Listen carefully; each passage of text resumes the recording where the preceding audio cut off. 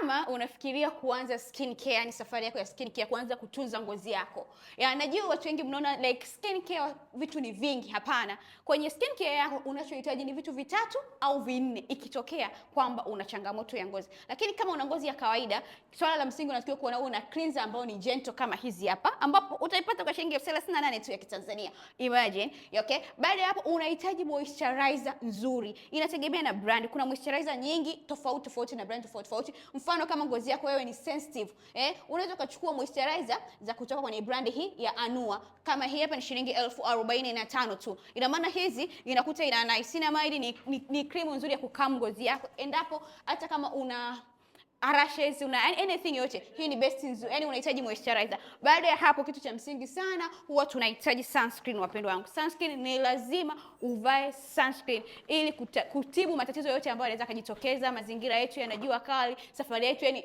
mizunguko ni mingi. Kwa sunscreen unapaswa kuireapply maybe after 3 hours kama uko kwenye situation ambayo unaichoma ngozi yako. Kwa hiyo skincare haihitaji mambo mengi. Ukiwa na vitu vitatu tu wewe umekamilisha routine yako. Na unaweza kuvipata vyote hivyo kwa shilingi 100,000 tu ya Kitanzania. Kwa hiyo jiandae vizuri kwamba like budget yangu ni shilingi 100,000, uanze safari yako ya skincare. Kuwa na ngozi nzuri kunakupa confidence my dear.